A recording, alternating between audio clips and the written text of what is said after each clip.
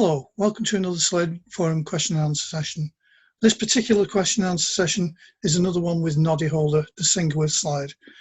We'd like to thank Noddy Holder for his time, and we'd like to thank Susan Holder for her help and her tech support at Nod's end while the meeting was going on.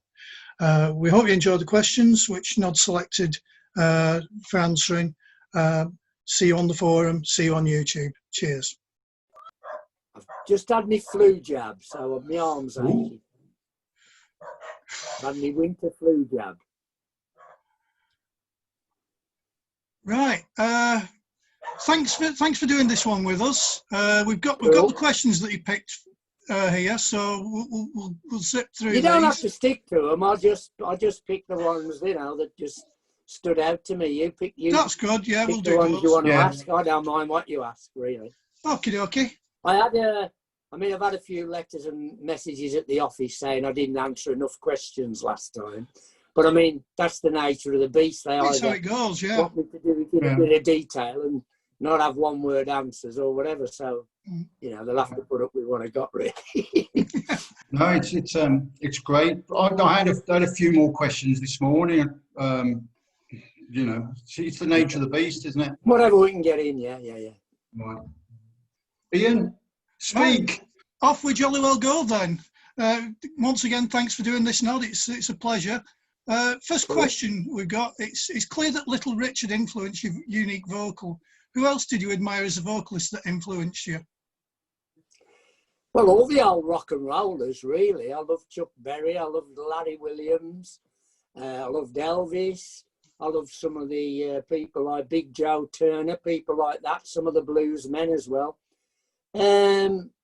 But Little Richard was the main influence. He's the one that floored me.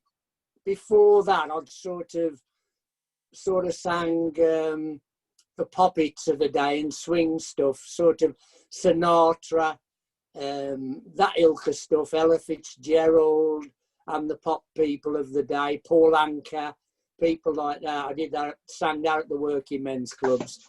But when I saw Little Richard on screen at the ABC, as it used to be called, in Walsall, in The Girl Can't Help It, I'd heard his records, but I'd never seen him on screen till the movie The Girl Can't Help It. And it was shock tactics, really. He was big pompadour hairstyle, shiny suit, all the band were cooking behind him with a brass section. And the main thing that struck me as well was he stood up playing the piano. We'd never seen that in UK before. The piano players in Britain didn't stand up and play the piano. And it was just fantastic. And that voice just knocked me out. I mean, just fabulous. And what I liked about it, and which probably influenced me as much as anybody or anything really, and influenced my lyric writing. I know a lot of people say that I write too much about sex in my lyrics, but if you hear Little Richard songs, they're all about sex. I mean, rock and roll, it means sex. It was an old blues term that meant sex. And I was checking out on the hit CD, because everyone said, oh, all you write about is sex. And I was looking at the hit CD, the new one that's coming out, and there's 42 tracks on there, and there's only a third of them probably about anything about love and sex. So I don't know where people have got that idea from. But I take it as a compliment that they think I write about sex, because that, to me, that's what rock and roll is all about. But Little Richard's the main man. And the biggest compliment I ever had as a singer was, of course, I suppose most of you know the story where John Lennon came into the studio in New York where Chaz was mixing one of our tracks. And he said to Chaz, I love this bloke, he sounds like me. So that's probably one of the best compliments I've ever had. But I've had compliments of a lot of great vocalists whose compliments I sort of relish. I mean, it was great when you get people who can really sing who give you a compliment. I mean, my own band, obviously Slade, they never complimented me in my life on my singing. So that's the way it is. Were you ever tempted to do the piano thing? Learn to play it or use play it? the piano? No, I never did. It was always guitar for me because I Yeah. always had that image in my head as you know, with a standing there looking cool with a guitar, even from the days when you used to stand in front of the mirror either with a cricket bat or a tennis racket. You know, I always thought it looked more rock and roll with the guitar around your neck than playing the piano. So no, I never really took to or even tried to learn the piano. Really, it didn't sort of hit me. I wish I had it. I wish as a kid I'd have sort of learnt the proper rudiments of piano. Yeah, probably. Did your mum and dad have a piano? We always had a piano in the house. Yeah, always had a piano. I used to tat on it, you know, put ping plong little tunes out on it, but I never took it seriously. But one we had in my mum and dad's house was my gran's, and when my mum died and I had to clear all her house out, I found the receipt.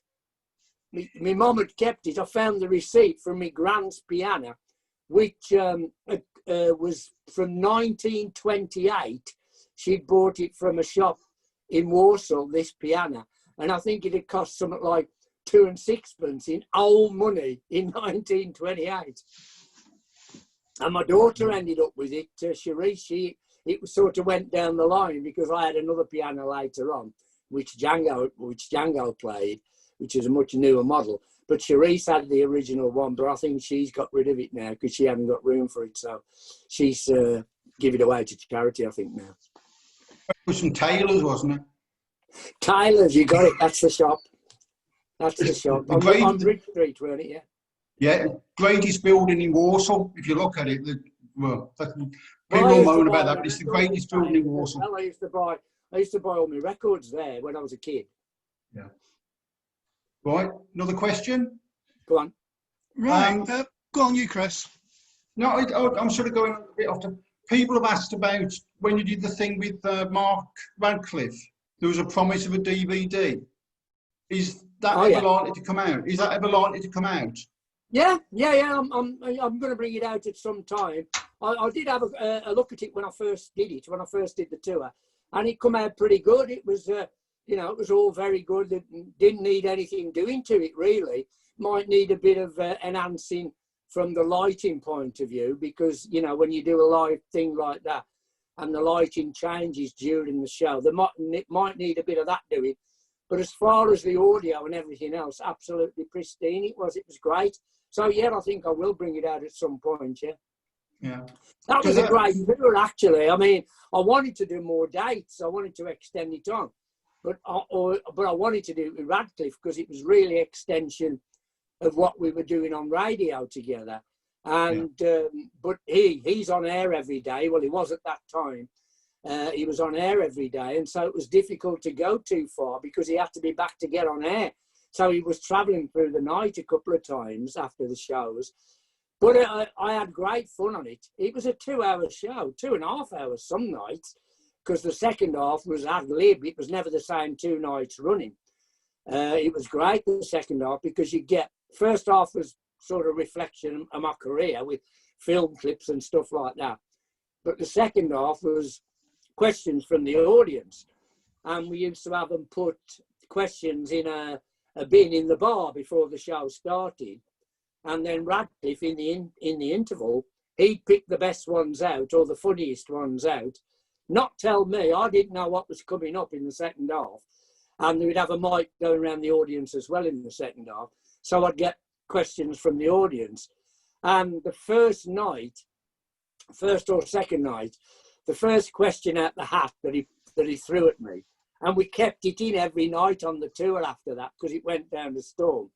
The first question out the hat was, Susie Quattro, did you? And it broke the place down.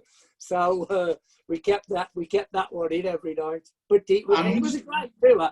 But I forgot how hard touring was because we were doing 3 or 4 in a row. And it being a 2-hour show, it was pretty knackering, you know. I forgot how, at my age now, I forgot how knackering it was, especially the motorways being packed now and everything like that. It was not so bad when I was on the road, doing it on the road. But we had great fun. We had great audiences, and we had some real good laughs on that tour. Does the audience thing surprise you, considering that's another one of the questions that Slade finished in '91, and next year there's going to be another convention, and they're all the time. Are you surprised by the sort of the commitment that the fans still organise things and turn up to see you and that sort of thing? It's a great. I mean, it's a great compliment. I think it's a fantastic compliment that there's still a hardcore there that still love the stuff we do. I mean, there's a faction of you lot, very small faction, I have to say, that do criticise everything we do, no matter what we try and do. I mean, even with the new album that's out now, the Hits album that's coming out in a couple of weeks, I mean, I've already had people slagging it off. Why are you bringing that out now, a new Hits compilation? We've got all that stuff, blah, blah, blah, blah. Well, you know, there's millions, billions of people around the world who haven't got Slade, exactly. haven't got a Slade collection. Yeah. That's who it's for. It's not aimed at the fan base, really. We're trying to aim it at a bigger and wider market and a younger market, maybe. I mean, quite frankly, I've okayed the stuff before it's come out on the CD and the vinyl. And I'll tell you what, it sounds better than ever, the way it's been remastered and everything. I mean, it sounds bloody great to me. I hope everybody else thinks the same, but it's really gone up a notch as far as I'm concerned. It's bloody fantastic. So, I mean, I don't really care what people say anymore. You have to take your career and you take it or leave it. I mean, it's the same when people keep getting at me, why don't you bring a DVD out of all the clips of TV shows and stuff like that?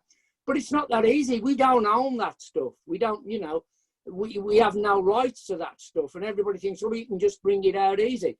And people that do bring it out quite often are doing it illegally. You know, they're pinching the stuff and you can get done for it. And we don't work that way. You know, we don't own a lot of, only the, you know, the few videos that were out sort of in the 80s sort of time. That's really the only clips we actually own. Things like Top of the Pops and that, it's a nightmare to get, you know, license that from the BBC. It's a nightmare, all that type of stuff. And you can see most of it online anyway now on YouTube if you want to watch the stuff. But I know it's a bone of contention amongst the fans, but it's not as easy a job as everybody makes it out to be. And I know there's a couple of the fans who crib about it and say, oh, you can do it easy, you can do this, that and the other. It's not easy. It's not easy. And getting the rights it's a lot of work and it's a nightmare. One thing I'd chip in is that there's certain clips from later on in your career with Slade that didn't appear on Wall of Hits or the very best of, you know, on the DVD of that you would own. Things like 7 Year Bitch and Mysterious Mr. Jones. I don't think they've appeared on DVD. Weren't they on the original Wall of Hits? No. Well, maybe they were owned originally by RCA then, because they would have paid for them. So maybe they were owned by them. I don't know why they weren't. I can't remember why they weren't on Wall of Hits then. I don't know which label. Did Polydor bring Wall of Hits out? I can't remember. So maybe there was an ownership problem there. Maybe. I don't know. But we did it at the time when we were with RCA, which they paid for them. I mean, you never know now because we're back with RCA's BMG that we're back with now, so you never know. We were caught up in rights issues for a very, very long time. Yeah. We did a big sort of deal towards the end of the 70s, whereby me and Jim got the rights back to a lot of our stuff. But we didn't actually own it until Chaz's debts were paid off to Polydor.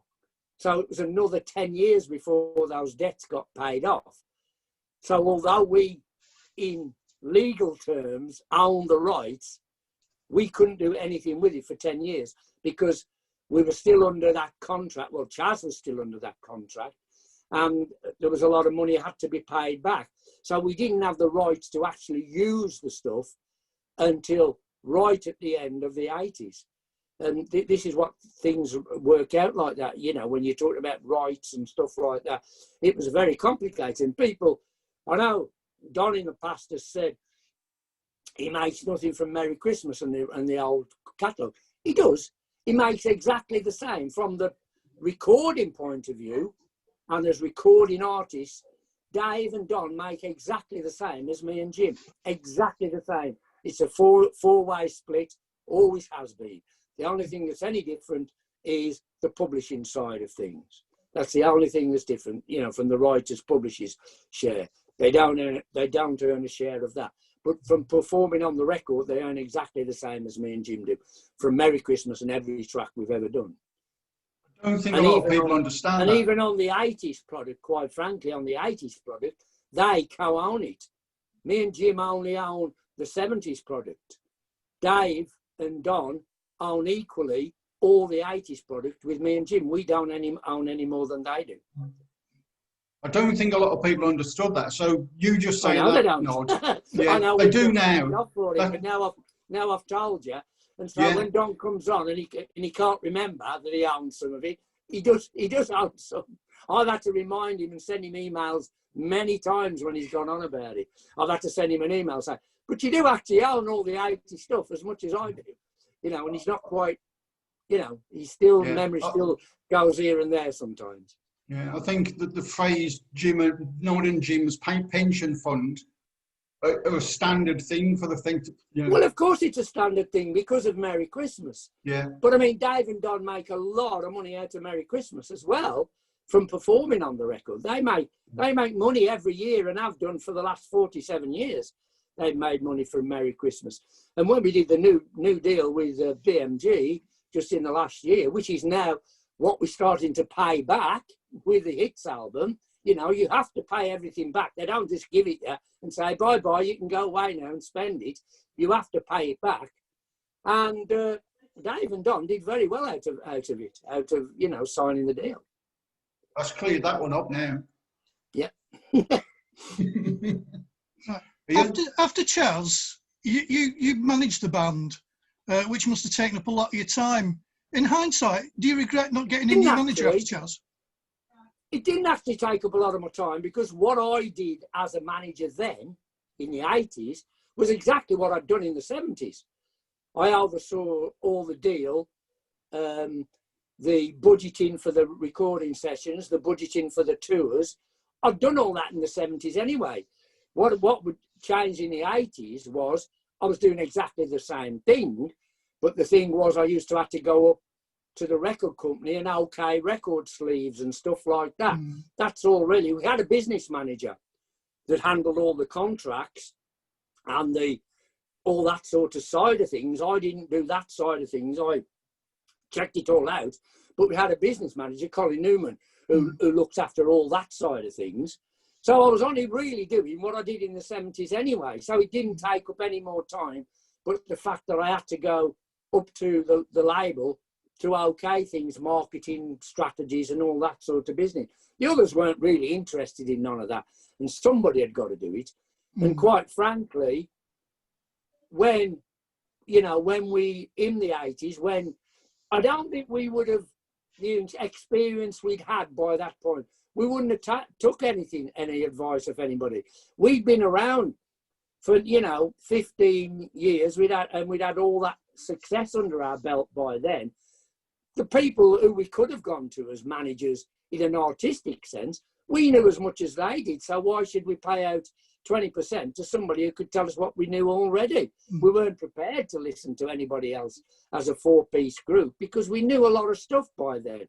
And we did actually, where we needed the manager in the 80s from point of view was in America. And Sharon Osbourne became our manager in America in the 80s. So, it wasn't just a case of I took over the management. I was doing what I'd always done, just a little bit more in terms of the marketing side of things, that's all.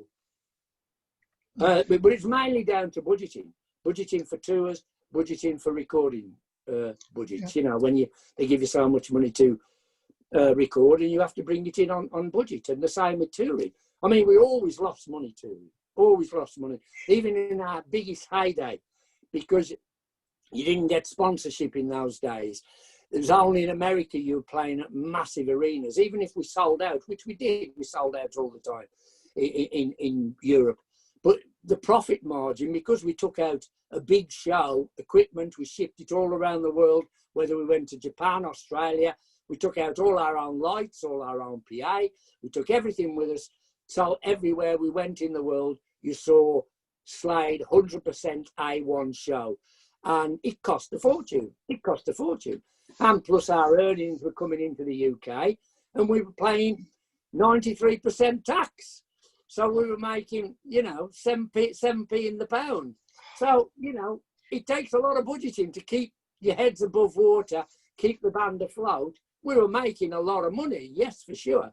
But we were also being charged a lot of money in tax and spending a lot of money taking the stuff around the world and making sure the live show was great all around the world. People don't understand all this, and neither should they. It's not, you know, it's nothing to do with them. As long as they're enjoying the music and the records, they're quite happy. What I can't put up with now, which I don't give a toss about anyway, is people criticising what we do. I mean, slagging us off for this, slagging us off for that. They don't really realise the mechanics behind it all. Everything we do for a reason. There's a reason behind it. We might bring an album out that people don't think we should have done. Say, let's take Crackers, for example. Let's take Crackers as a good example. People say, why the bugger hell did you do Crackers? Well, we did it because Telstar Records, we were in the middle of a deal with RCA Records, but Telstar Records came to us and offered us a fortune. Biggest advance we've ever had in our lives for one album. And they wanted a Christmas party hits album. And they were offering us a load of dough to do it. We'd never had a big advance before, not to that extent. And we did that album in 2 weeks. We recorded it, mixed it in 2 weeks. And it was our biggest selling album in the UK in the 80s. And, you know, sold far more than Rogues Gallery or any of those, Till Death Do Us Part. Crackers, everybody can laugh at it all you like, but it sold the most albums in the UK in the whole of the 80s. It kept us afloat. We had a lot of we made a lot of money out of it. And Dave and Don had a huge tax bill. Well, we all had tax bills at the time, but Dave and Don needed that time to pay off the tax bill. And it all worked in. So that's why we do these things.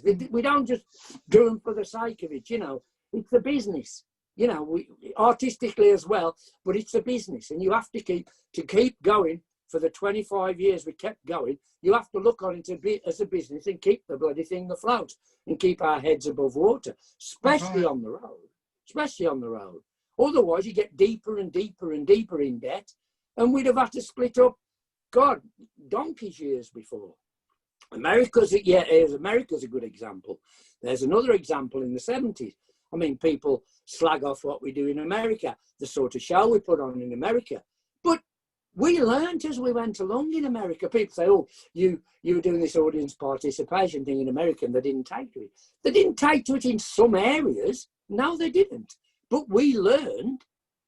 But I would say out of 100% of the shows, I'd say 75%, we went a storm.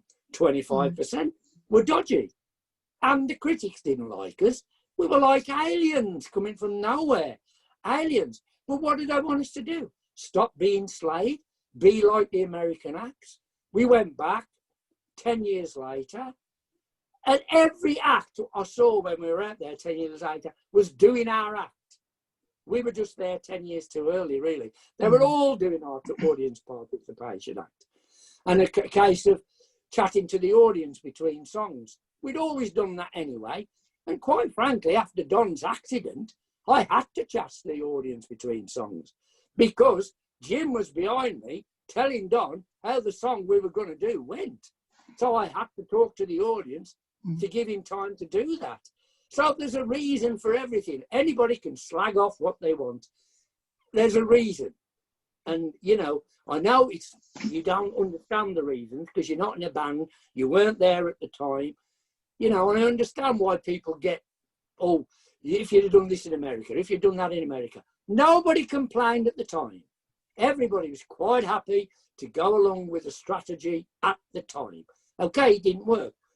we changed our way of concert. You go and look at on YouTube at the concert we did at Winterland in San Francisco, where we played, I have to say, loads of times. Even though the West Coast was not good for us, but we went to Winterland loads of times and played there. There's a whole concert on YouTube. You tell me that's the same concert as people will see in Britain or in Europe. It is not the same concert.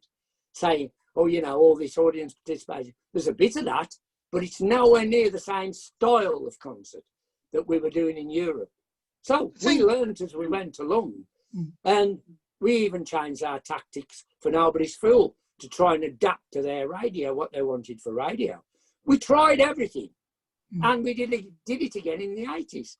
But if it's not going to happen, it's not going to happen. It looked like it was going to happen in the 80s. We were playing, we could top some huge venues around America, top 15, 20,000 seaters ourselves, with nobody else on the bill to help us. You know, so it wasn't a dud as far as we're concerned. We came back, we were dead in the water, but I'll tell you what, we were playing fucking good when we come back. After the first time we went, we were playing shit hot because we'd have to work our balls off out there. And the same thing in the 80s, really. I mean, we'd gone out, Runaway had become a massive hit in America because of MTV. Yeah. MTV loved the video. They loved that Scottish castle with all the pipers and all the business. Well, they thought it was Scottish. All the pipers playing. They thought that's where we fucking lived. They thought we lived in that bleeding castle. They loved it. And it was a heavy rotation on every half an hour on MTV. That's why that record was a huge hit there. MTV was so powerful when we went back. And of course, we'd had the backup of Quiet Riot getting a big hit with Come On Feel the Noise as well. And we had a big label behind us, CBS behind us as well. So if probably Jim hadn't got ill and we'd completed the Aussie tour, you know, it may have took us another step up the ladder, but it wasn't to be. So me personally, I can't regret what we did in America. We tried everything in the kitchen sink. We tried everything there. Things just got in our way as we went along. But you go back there now, I've been back to America loads of times, and I speak to bands and whatever out there, and all of them say, we saw you play in New York, in, you know, but people that are in big bands now, saw you in New York, we saw it in Philadelphia, we saw it in Chicago. They all raved about it. And really, the critics didn't understand us. But it's not just us, they don't understand the British humour for a start, within a band. You know, we could have gone there and been cool and whatever. That's what they want. You know, don't sign Slade if that's what you want, because that's not what we were about. You know, it wasn't what the band was about. So do we change? Do we knock all that on the head and become what they want? And then what do we do when we come back here to Europe or Australia? Do they want that? No, they didn't want that. If we'd have come back being ultra cool and not doing the participation stuff and that, everybody had been going mad about that if we'd knocked it all on the head when we came back to Europe. So, you know, you have to go with your instinct. You have to go with what you think's right and what you love doing. Not what somebody else thinks you should be doing or should be loved doing. You have to do what you love doing, because, quite frankly, I've been on the road in that time, if you talk about mid-70s, I'd been on the road for 15 years. I knew how to handle an audience. I knew how to look after it. I knew what an audience liked. I knew what an audience didn't like. And if they didn't like it, mainly in the States I'm talking about, it's because they were stoned out their fucking heads. You know, they couldn't get it together. They were off the trees most in some venues, in some cities. But you can't wangle that. You ask any people around that were over there at that time who saw us play. I'm on about people who know the business, the musicians who were on the road. You ask any of them who saw us out there and say, everybody said to us, it's a maritime. That's all it is a maritime. But things dropped in our way, you know. We couldn't go out there and live like Fleetwood Mac did, Led Zeppelin did, Sabbath did, Ozzy did. They all went out there and they stayed there for 5 or 6 years. They did the odd jaunts back here. Fleetwood Mac did the odd jaunts back here. You know, a few gigs in Europe, half a dozen gigs in Europe, then went back to the States. And that's what you had to do then, in them days. We couldn't do that. We went back a lot of times, but we couldn't neglect Europe. You lot would have gone mad if we'd have left here and gone for 7 years. You lot over here in Europe, you'd have gone berserk. So, you know, we had to weigh it up, how we could do it. And people blame Chaz, putting us top of the bill, whatever. First two we did, we weren't top of the bill. We opened for Humble Pie. We were the opening act. We were learning. We never mic'd the drums up before. We saw Humble Pie the first night. All mics ran the drums. You didn't need it in Britain then because you're doing theatres, so we didn't really need it. Then we saw all this mic'd up, guitars mic'd up, everything mic'd up. But we learned very quickly. We learned. And that's the way it was. But, you know, it's experience. And you learn as you go along. That's the way it is. Right. Yes. I think hindsight's a good thing with people. Correct. Another question we've got here is, which one gig would you love to relive? You know, your greatest memory of being in Slade? Oh, God.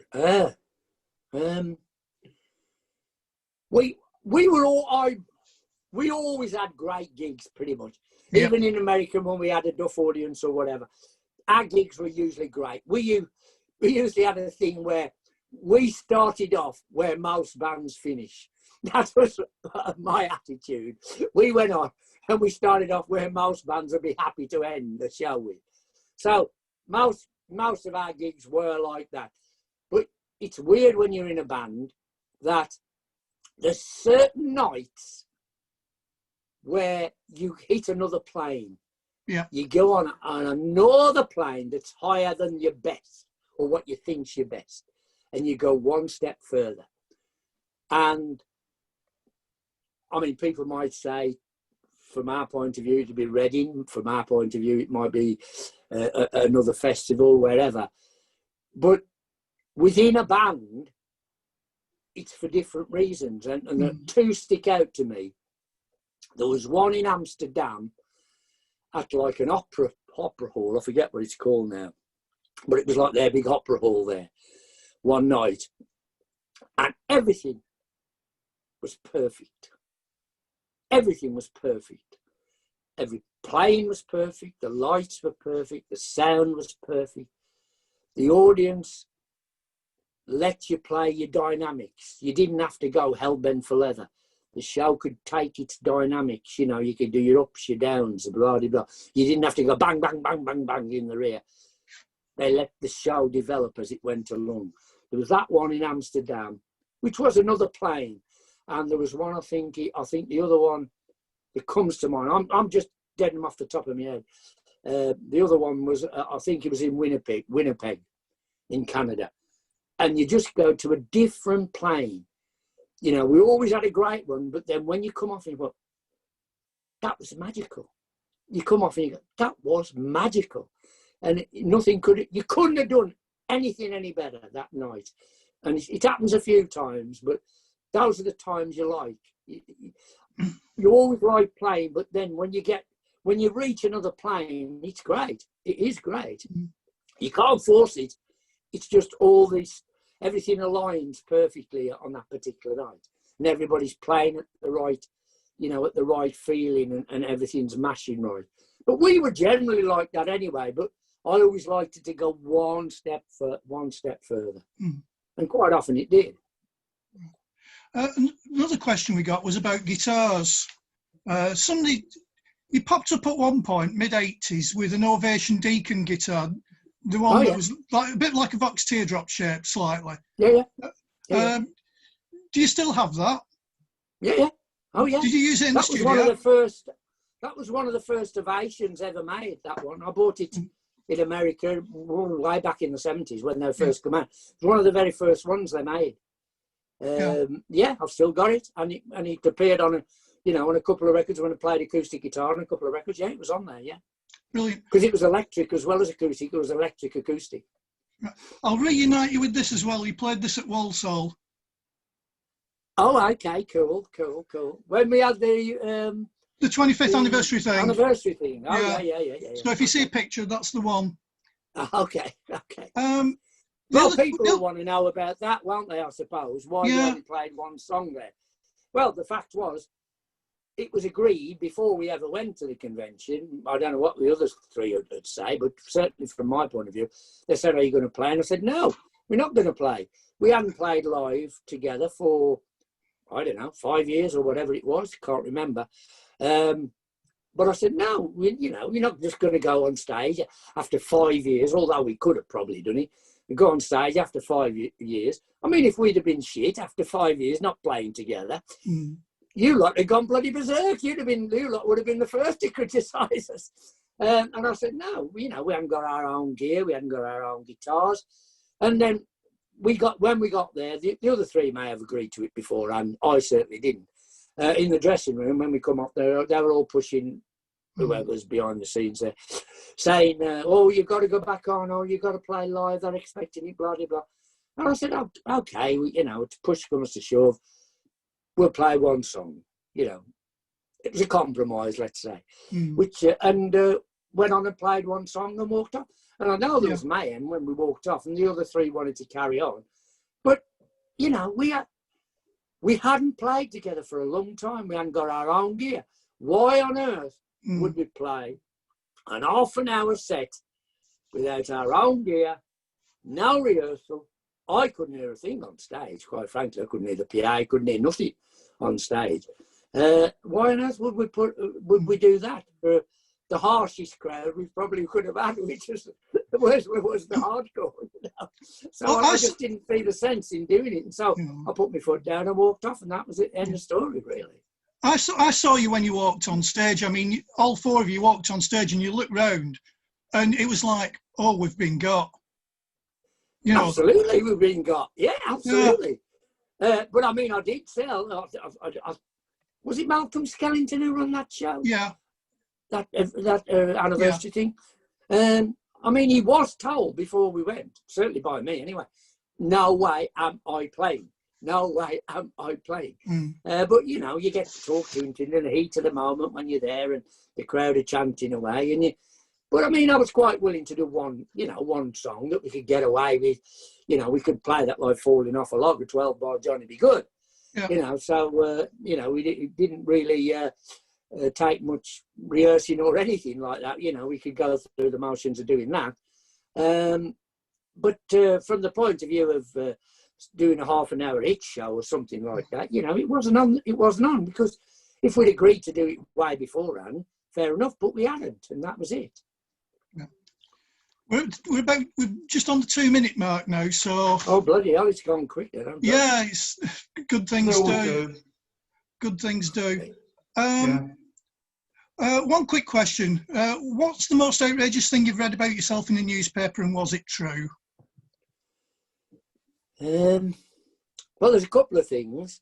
I suppose a lot of you lot know, because in the 80s, there was a big scandal about me in the mid-80s in all the Sunday papers that I was shagging this bint. And she called me the super stud 12 times a night and all that business, which was totally untrue.